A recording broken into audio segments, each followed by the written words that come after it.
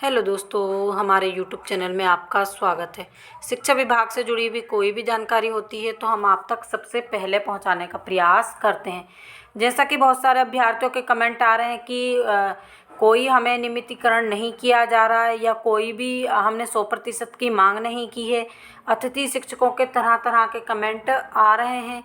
अब कुछ अतिथि शिक्षक बोल रहे हैं आपको कोई जानकारी नहीं है। अब यहाँ पर हम ये पूछना चाहते हैं, 2005 से भर्ती नियमित निकल रही है, तो अतिथि शिक्षक तब कहाँ थे और उन्होंने इतने सारे एग्ज़ाम हुए, उन एग्ज़ाम को क्वालिफाई करके क्यों नहीं एक पद प्राप्त कर लिया। लेकिन उनका शुरू से टारगेट था नियमितीकरण करना, जबकि सरकार ने सिर्फ इनसे पहले ही बोल दिया था कि केवल आपको पहले तो अतिथि शिक्षक केवल 6 मंथ के लिए रखे जाते थे, 3 मंथ।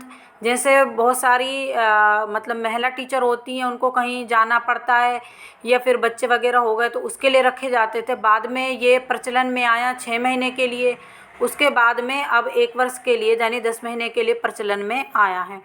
तो यहाँ पर अतिथि शिक्षकों ने बहुत सारी मांगों को साथ में लेकर जो शिक्षा मंत्री जी हैं उनको ज्ञापन दिया। पहली उनकी मांग है कि जितने भी अतिथि शिक्षक हैं उनको नियमितीकरण किया जाए। दूसरी उनकी मांग है कि उनको उनकी जो नियमितीकरण यानी उनको 61 वर्ष तक उनको आवेदन करने का मौका दिया जाए अगर वो अतिथि शिक्षक हैं तो, और नहीं तो 62 वर्ष जो 61 वर्ष तक के नीचे के जितने भी कैंडिडेट हैं उनके अतिथि शिक्षक में, उन सभी को नियमित किया जाए। 61 वर्ष तक जो हैं उन सभी को नियमित किया जाए। तीसरा उनका है उनको सैलरी 12 महीने दी जाए। और चौथा उनका पॉइंट है जो भी अतिथि शिक्षक अगर छुट्टी वगैरह जैसे नियमित शिक्षक करते हैं तो उनका वेतन ना काटा जाए। वो तो वैसे भी उनके लिए उनके हक में बनता भी है, क्योंकि पूरा महीना पढ़ा रहे हैं, अगर 2-4 दिन कहीं चले भी गए तो उनका वेतनमान नहीं कटना चाहिए। ये तो सही बात है, क्योंकि कोई भी व्यक्ति है उस सभी को काम पढ़ सकता है, चाहे वो किसी भी डिपार्टमेंट का हो। ये तो खैर हम उनके हक में ही बोल रहे हैं। जब तक वो पढ़ा रहे हैं तो उनको पूरी फैसिलिटी वैसे टीचरों जैसी ही मिलना चाहिए जो होती है। ये हम उनके फेवर में कोई गलत मांग नहीं की है उन्होंने।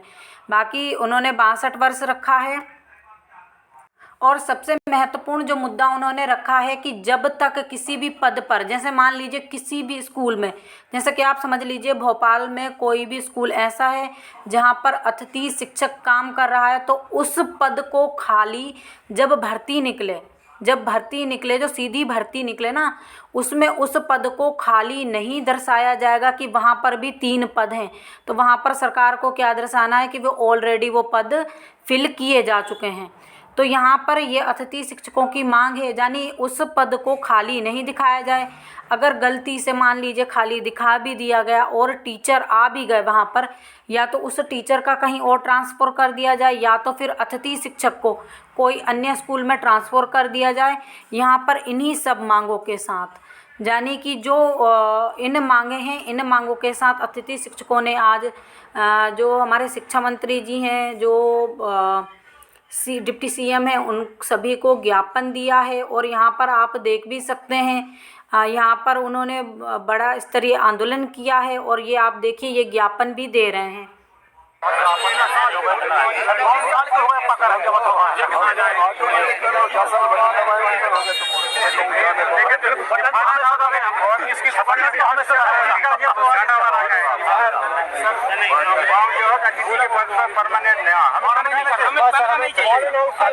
अतिथि के पद पर न प्रमोशन से आया है, न ट्रांसफर से आया है, न नई भर्ती से आया है।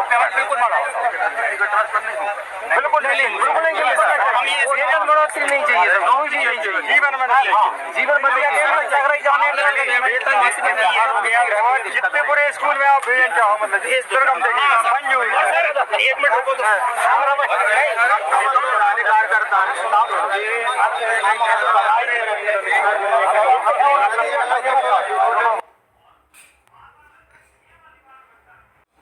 तो यहाँ पर आपने इनकी मांग सुनी। इन्होंने मंत्री जी से कहा है कि उनको नियमित किया जाए, तो मंत्री जी ने कहा फिर ये कैसे होगा, फिर हम वो पद भर्ती में भी तो निकालेंगे अगर आपको नियमित किया जाए। तो यहाँ पर इन्होंने कहा नहीं, हमें नियमित किया जाए और उस पद को आप भर्ती में फिल नहीं करेंगे। अब देखिए और इन्होंने 100% भर्ती, यानी कोई भी वैकेंसी है इनके लिए अलग से 100% की जाए, या फिर जो पद हैं इनको जितने भी पदों पर ये 15-18 साल से पढ़ा रहे हैं सभी को नियमित किया जाए। अच्छा, 15-18 साल से जो पढ़ा रहे हैं उनको तो नियमित किया जाएगा, लेकिन जो इनके पीछे दूसरे अतिथि शिक्षक घूम रहे हैं, इनके आंदोलन में भाग ले रहे हैं और इनकी जनसंख्या बल दल को बढ़ा रहे हैं, 7-8 वर्ष से पढ़ा रहे हैं, उनका क्या होगा? उनके बारे में तो इन्होंने सोचा नहीं।